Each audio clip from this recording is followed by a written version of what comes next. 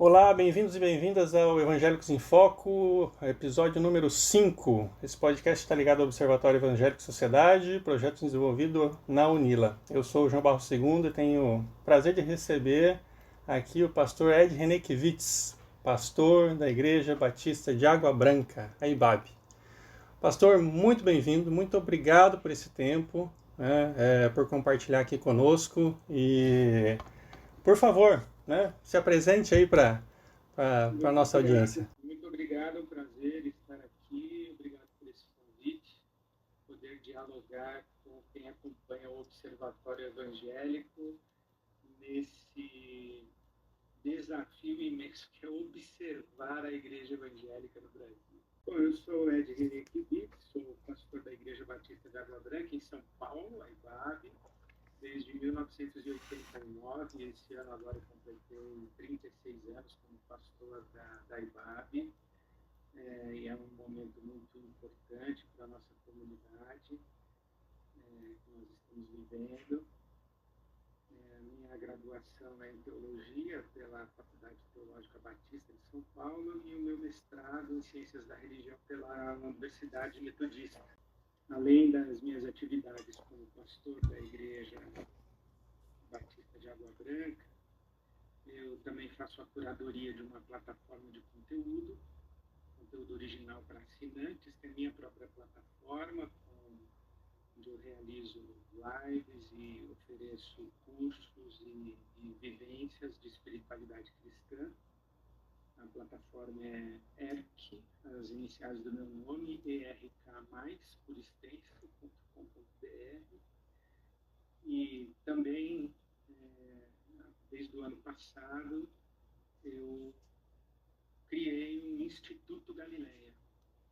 O Instituto Galileia tem como propósito trabalhar nesse triângulo entre democracia, direitos humanos e igreja evangélica. A gente conversando que o Brasil está cada vez mais evangélico e a igreja evangélica se tornou definitivamente um player inevitável na arena pública, e a gente conversar sobre isso dentro da igreja, a partir da igreja, promovendo letramento teológico, político, trabalhando junto com as novas lideranças pastorais, promovendo nas comunidades evangélicas a justiça de gênero, justiça racial, e o próprio engajamento nos compromissos de justiça social, o enfrentamento da pobreza, da desigualdade. Então, dentro do Instituto, também faço a curadoria de um movimento de pastores e pastoras e lideranças evangélicas, religiosas, mais, na sua grande maioria, evangélicas, que é o Conversas Pastorais. Que eu participei, por sinal, no último lá, foi muito legal, muito legal. Recomendo a quem puder ir. Que bom, obrigado. Nosso próximo encontro é agora dia 22 de fevereiro, e o tema desse ano, de todos os encontros do Conversas Pastorais, é Igreja, Povo de Deus. Justamente pensando a natureza da igreja, a missão da igreja, o papel público da igreja, a estrutura da igreja e o dinheiro, a igreja e o poder político, a igreja e a sociedade, a igreja e cultura. Então, nesse ano, no Conversas Pastorais, nós vamos debater a questão da igreja, tanto o seu aspecto bíblico, teológico, quanto o aspecto histórico-sociológico. É isso que vamos tratar. A tua fala já me suscitou o tema do evento, né, do Conversas Pastorais, o povo de Deus, né? Às vezes eu tenho a impressão que, assim, não participando de liderança de igreja, né, mas estando ali dentro do contexto, faz mais de 20 anos que eu participo desse contexto evangélico, né? Às vezes eu tenho a impressão que a igreja se esqueceu que é povo. Faz tempo. Faz tempo, João. Isso é uma herança que nós temos, acredito eu, desde o quarto século, a partir da conversão de Constantino, quando a igreja começa a se distanciar das suas bases comunitárias e populares e vai se clericalizando. A igreja vai enriquecendo e se associando às elites políticas, econômicas das sociedades, né? E aí, a partir de um determinado momento, a palavra igreja vai referir especificamente ao clero e não ao povo. Inclusive, a obra do Leonardo Boff, Igreja, Carisma e Poder, que foi a razão pela qual ele foi disciplinado pela Sagrada Congregação para a Doutrina da Fé, a velha Inquisição, né?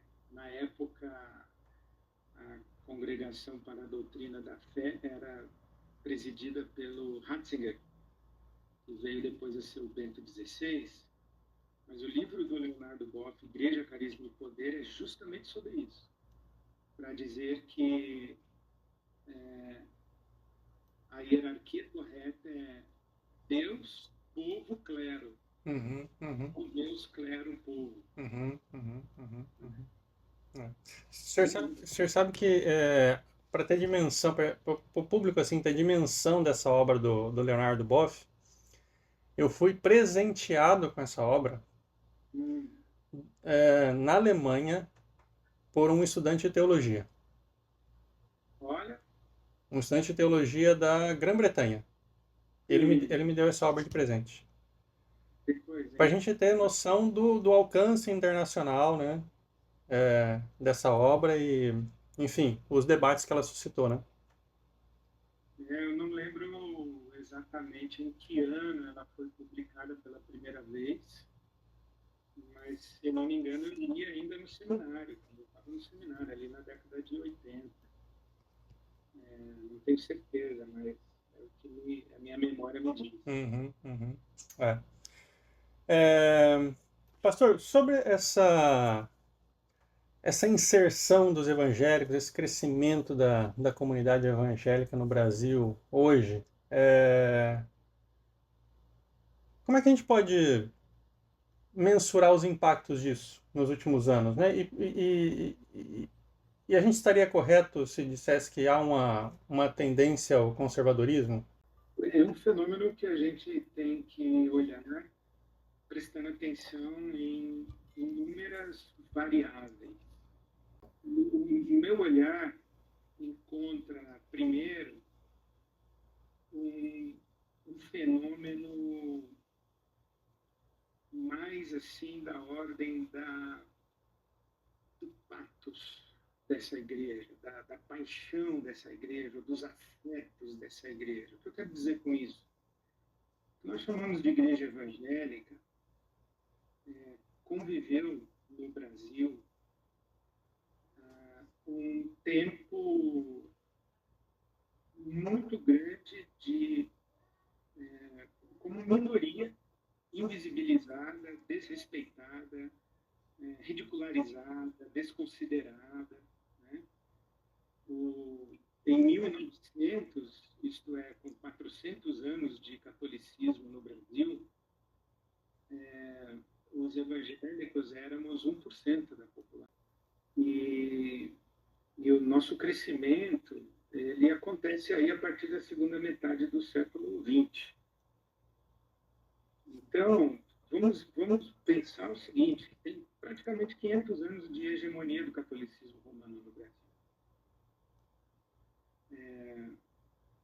Com todo o preconceito que eu observei, e eu observo isso pelo menos nos últimos 40 anos, porque eu cheguei para estudar no seminário em 1981. Então, eu observo e vivo intensamente a igreja evangélica no Brasil há mais de 40 anos.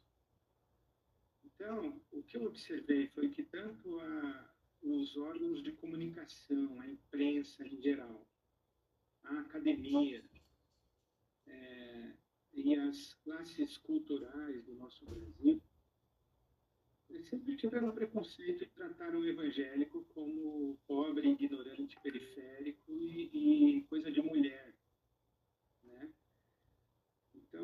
visão absolutamente equivocada de um fenômeno religioso, mas que gerou, eu acho, que na alma do coletivo evangélico um senso de necessidade de afirmação da sua identidade e da sua estima como povo. E aí o que acontece é que, tendo sido menosprezado historicamente, a partir de um determinado momento, essa igreja evangélica ela se torna numericamente expressiva, economicamente rica, politicamente influente e geograficamente com uma capilaridade que pouco se vê em qualquer outra organização do Brasil. E aí era muito natural que isso gerasse na alma evangélica aquela postura de agora é a nossa vez. Agora vocês vão ter que nos respeitar. E eu observo até com um certo prazer irônico, ou prazer...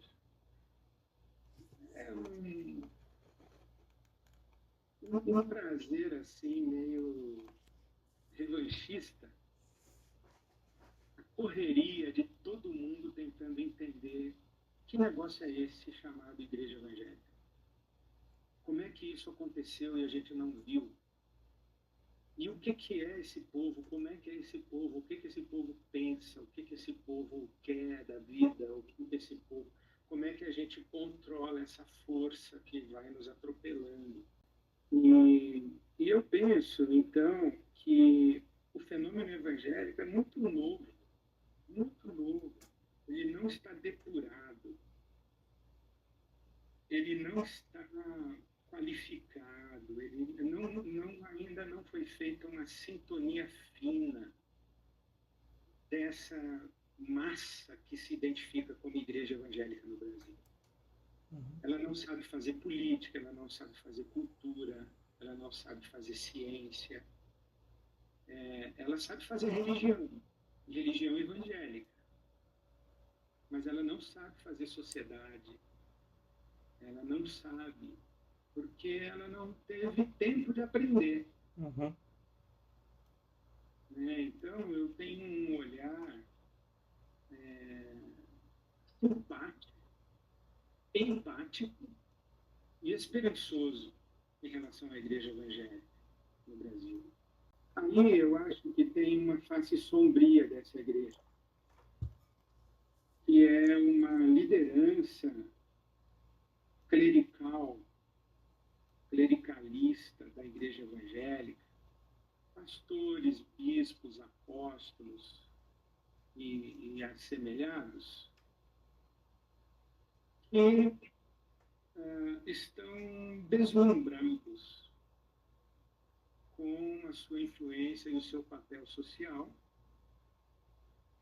e de maneira muito oportunista, afoita e nada cristã, corre atrás de poder e dinheiro. E precisa comunicar ao povo evangélico que eles são homens confiáveis. E a melhor maneira de acessar uma consciência religiosa de índole católica romana, que é conservadora, ritualista, sacramentalista e clericalista, é fazer o discurso moral. Principalmente no rebote que nós temos dos embates entre as ideologias de esquerda na América Latina e o capitalismo neoliberal, polarizado com os Estados Unidos e o bloco soviético. Quando a gente vê na história recente do Brasil a crítica que se faz que a teologia da libertação fez uma opção pelos pobres, mas os pobres fizeram uma opção pela teologia da prosperidade, pelo discurso evangélico, né? A teologia da libertação fez um discurso de justiça, mas os pobres eles optaram pela mobilidade social, e com toda a legitimidade. A igreja evangélica que desenvolveu um discurso moral, individualista, de prosperidade pessoal e ofereceu caminhos de mobilidade social, a igreja evangélica derrotou a teologia da libertação. O movimento evangélico, chamado neopentecostal, derrotou a teologia da libertação na América Latina. Então, esses pastores evangélicos hoje, eles sabem que o discurso em que o engajamento na pauta da justiça social, da democracia e dos direitos humanos não é popular. E eles manipulam a sua presença pública a partir desse discurso moral, individualista, de prosperidade pessoal e de sucesso pessoal, usando a religião como fator crítico de sucesso e Deus como vantagem competitiva no mercado. Então, sim, ela é conservadora porque ela é católica romana de raiz. E ela é conservadora porque o oportunismo do clero evangélico faz um discurso moral com interesses que não são morais. Uhum. São interesses de poder político e econômico. Inclusive, pegando o gancho sobre o Ministério de Jesus, né? Uhum. Eu já lhe escutei, né, em uma determinada situação mencionando que seria importante, né, a partir do Ministério de Jesus, tentar construir, né, ou colaborar para uma justiça social e de gênero, né, a partir da leitura dos evangelhos, né. Você pode compartilhar conosco, assim, de maneira simples, né, como ler a Bíblia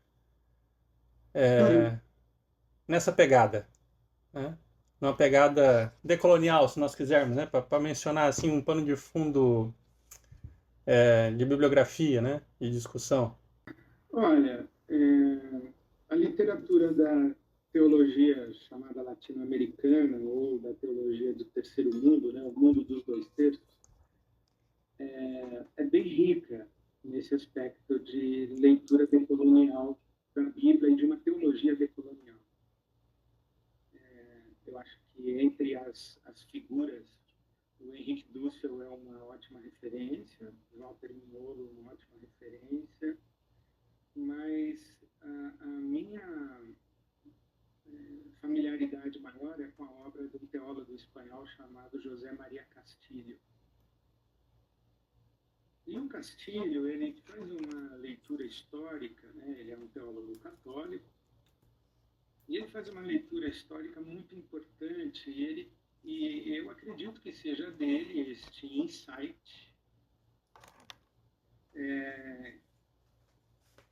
de que o cristianismo ocidental,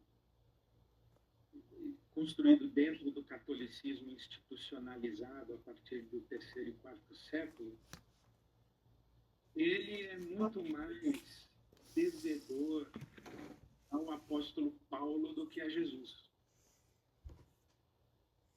Ele é muito mais paulino na sua lógica e na sua estruturação eclesiástica, né? E o Castilho diz o seguinte: temos um problema aí, que o Paulo não conheceu Jesus histórico, o Jesus de carne e osso. Ele só conheceu o Cristo ressurreto. E ele as tradições filosóficas do mundo helenizado ali, do Império Romano ou da cultura greco-romana, no confronto tanto com as filosofias quanto com as tradições religiosas, ele precisa fazer uma afirmação da hegemonia do Cristo ressurreto. E é evidente que essa construção favorece a um Deus poderoso. Daí a ideia do catolicismo do Pantocrator, né? O Cristo onipotente, todo-poderoso, que é o controlador de tudo, etc. Que é muito diferente do Jesus. Né? Histórico, Jesus né? é um palestino, um andarilho, um mestre não oficial em Israel. Ele não era rabino reconhecido, mas era chamado de rabi. E com um detalhe também, o locus da atuação de Jesus é a Galileia, não é Jerusalém. A Galileia fica no norte, foi a região do território de Israel que nunca foi dominado por uma potência estrangeira. Inclusive, os próprios reis de Israel tiveram muita dificuldade de controlar a Galileia. Os galileus eram camponeses e pescadores. Se rebelaram, por exemplo, contra o rei Salomão, que queria cobrar impostos para construir o templo em Jerusalém. Tem um ditado da época que dizia que os galileus odiavam a Torá. E eles eram chamados de o povo da terra, gentalha, assim. Os fariseus chamavam os galileus de ralé. Tem um texto no Novo Testamento em que os fariseus de Jerusalém, a elite religiosa de Jerusalém, chama os galileus de ralé. E Jesus era galileu. Então, como diz o Frei Beto, né, que a cabeça pensa onde os pés pisam, Jesus pisava a Galileia, ele não pisava Jerusalém. Jerusalém era sacerdotal, templocêntrica, religião sacrificial, ritualística, era a pompa e circunstância dos sacerdotes. A Galileia não, era de Itália. Então, se a gente quer fazer uma leitura decolonial do Evangelho, a gente primeiro precisa desmontar a lógica imperialista do cristianismo ocidental e entender que a Bíblia é um livro escrito não do topo da pirâmide social, mas escrito pela base. Os profetas de Israel, quem escreveu a Bíblia não foram os reis e os sacerdotes, foram os profetas. Quem escreveu o Novo Testamento não foram os amigos do imperador romano, foram os caras que eram perseguidos pelo império. A Bíblia não é um livro escrito pelas maiorias no poder, é um livro escrito pelas minorias perseguidas e oprimidas. Agora, como que a gente consegue construir uma estrutura religiosa, tanto no catolicismo romano quanto no protestantismo, calvinista, luterano, ocidental, associado ao poder? Quando o império matou Jesus, quando o império perseguiu os cristãos, como é que nós conseguimos hoje estender tapete vermelho para os imperadores entrarem nos nossos templos? É um contrassenso. Uhum. E mais, é um contrassenso à cultura evangélica recente de ganância de poder político, acreditar que o Estado é um braço da igreja e é um parceiro associado para a missão da igreja no mundo. Não é. Na Bíblia Sagrada, os impérios são Egito, Babilônia, Assíria, Pérsia, Roma, se Jesus estivesse vivo hoje, ele não estaria buscando amizade com Putin, Erdogan, Trump. Ele estaria tratando esses caras, ele não iria no Salão Oval estender a mão para abençoar o Donald Trump. Ele estaria com a bispa episcopal que confronta o Trump dizendo tenha misericórdia. Uhum. Jesus estaria do lado da bispa e não do lado dos bajuladores do novo presidente americano.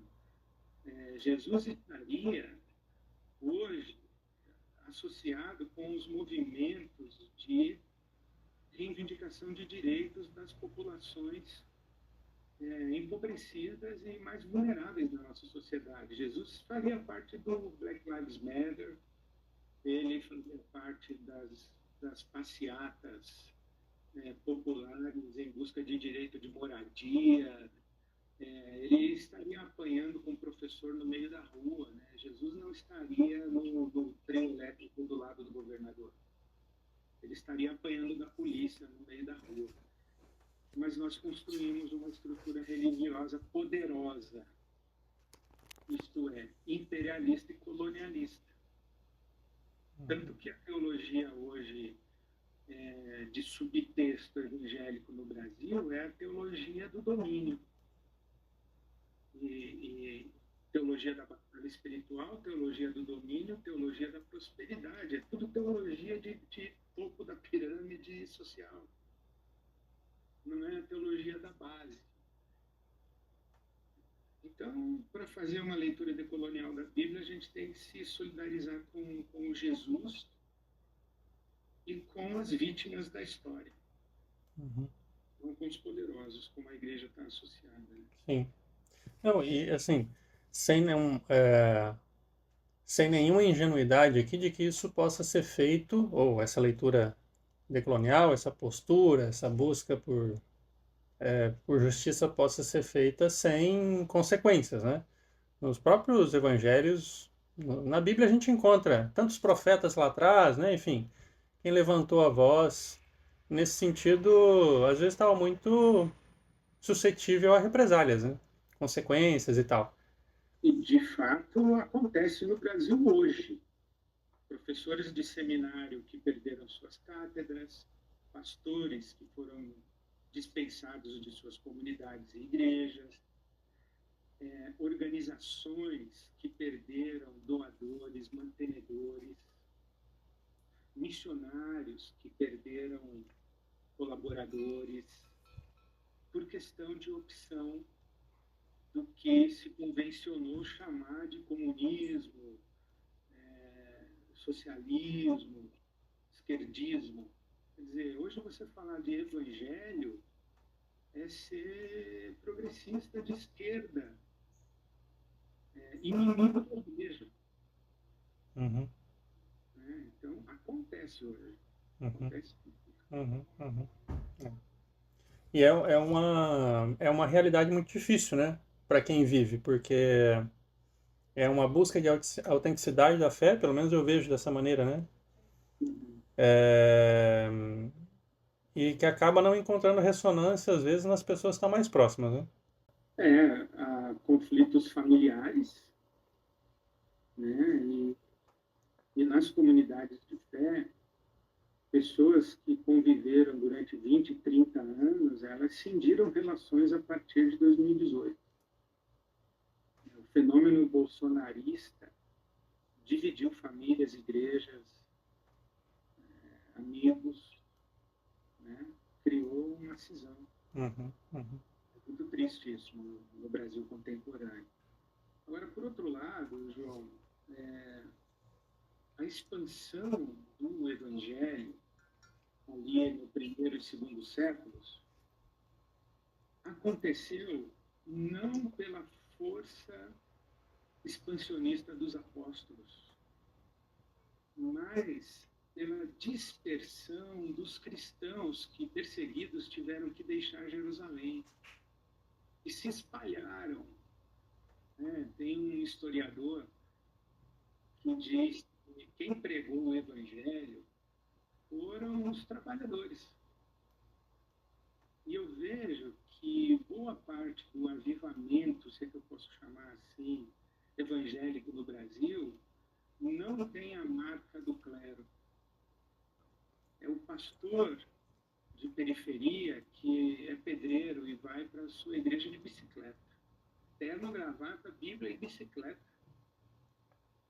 Eu recebi a semana passada uma estatística da Convenção Batista Brasileira dizendo que 80% das igrejas batistas do Brasil têm menos de 200 membros. Então, as comunidades com, no máximo, 200 membros não têm condição de numerar os seus pastores adequadamente. Então, eles se tornam trabalhadores chamados bivocacionados, não dependem financeiramente da igreja, mas eles dependem politicamente. O status, a oportunidade de ser pastor de uma pequena comunidade. Então, acaba que existe uma amarração dessas lideranças evangélicas que se submetem ao contingente conservador. Mas eu tenho esperança de que surja, na depuração dessa igreja evangélica que cresceu de maneira avassaladora, né, e contínua, eu tenho esperança de que surja um contingente de cristãos que vão resgatar uma certa simplicidade do evangelho.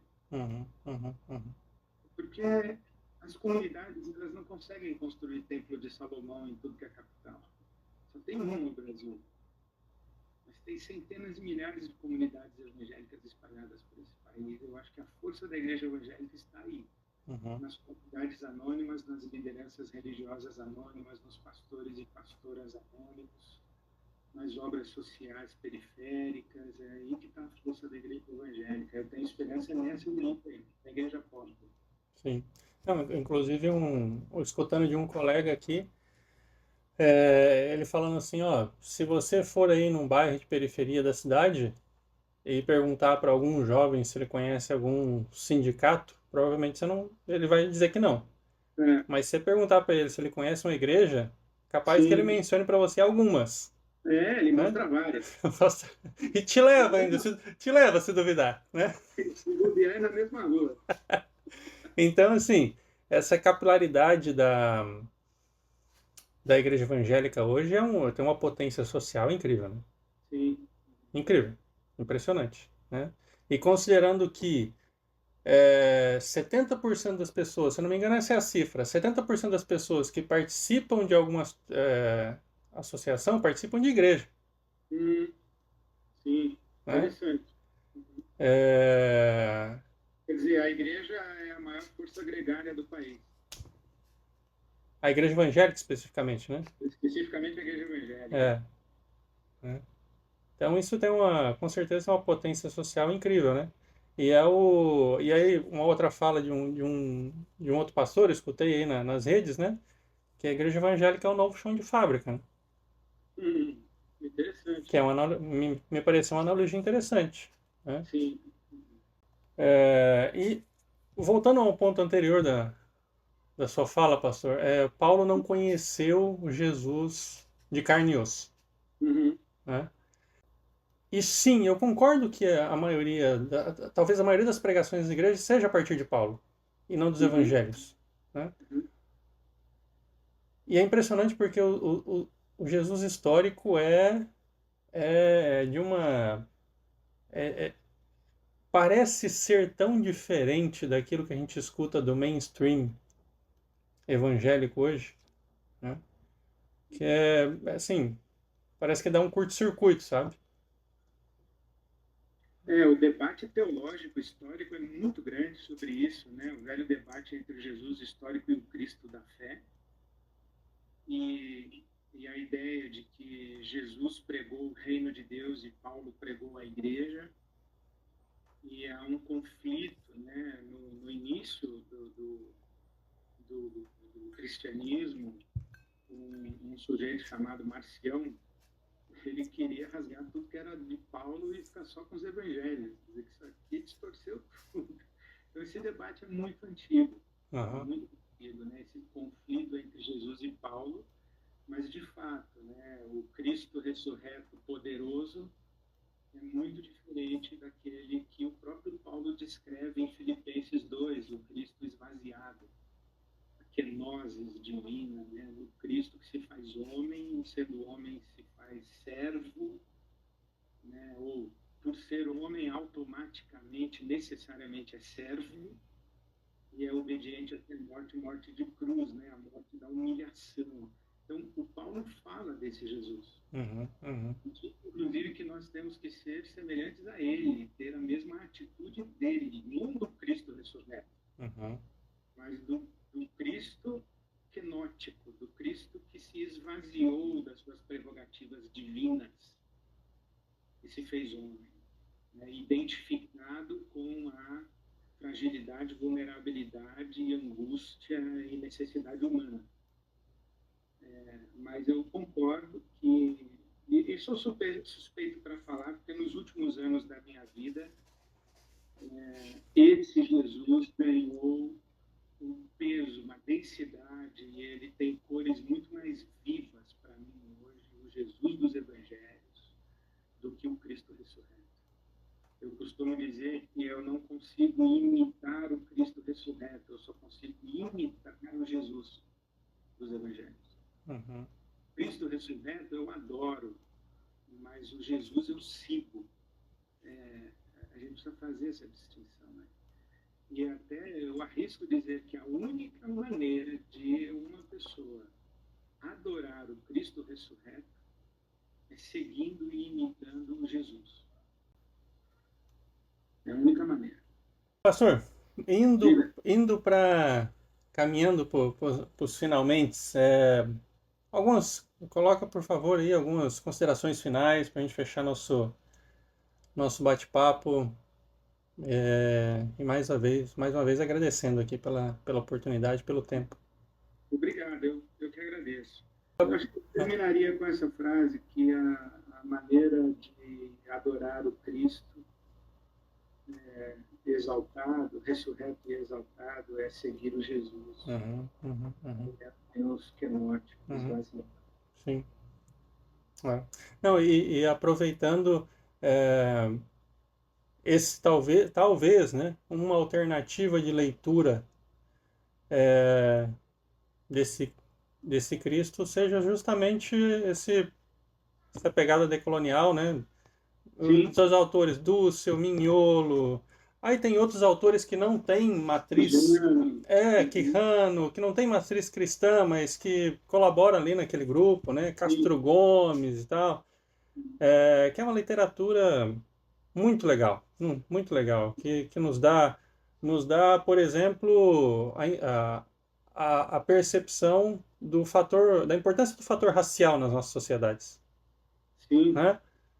Poxa, na conformação histórica das sociedades, né? E como isso está entrelaçado com questões que atravessam os evangelhos, por exemplo. Né? E veja que interessante, né? O esforço nosso de deseuropeizar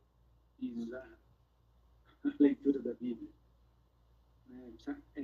Decolonial é nesse sentido, inclusive, né? Que é desmascarar a pretensão da Europa como padrão de humanidade e de civilização humana. Tudo que não é europeu é bárbaro, tudo que não é europeu é de segunda categoria ou para baixo até. Né?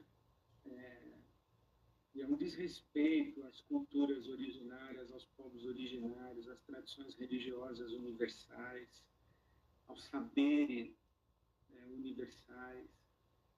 É um esforço muito grande e todo o cristianismo de índole imperialista se constrói num exclusivismo. O exclusivismo, o monopólio do divino é cristão. Tem um livro, a obra do Desmond Tutu, Jesus não é cristão. É um grande desafio hoje. Não é pregar um Deus que não é cristão. Sucesso aí e êxito e muito fruto aí para o trabalho de vocês no observatório e na contribuição que vocês fazem aí para nós que estamos aqui desse lado tentando servir a igreja e através da igreja. Tá ótimo. Obrigado, pastor. Obrigado. Obrigado pelo trabalho de vocês aí. Valeu. Valeu. No próximo episódio teremos aqui mais uma pessoa convidada para falar sobre evangélicos e sociedade. Não percam. Antes de terminarmos, queremos lembrar a todos que vocês podem seguir o Observatório Evangélico e Sociedade nas redes sociais. Acompanhe a gente no Instagram e nos siga no Spotify e YouTube para ficar por dentro de todos os novos episódios, além de conteúdos exclusivos. Procure por @observaevangélicos e não deixe de nos seguir. Novamente, @observaevangélicos. Queremos também ouvir a sua opinião. Se você tem perguntas, sugestões de temas ou até mesmo convidados que gostaria de ver por aqui, mande uma mensagem para a gente. Sua participação é fundamental para enriquecer esse espaço de diálogo. Estamos esperando por você lá. Mais uma vez, obrigado e até a próxima.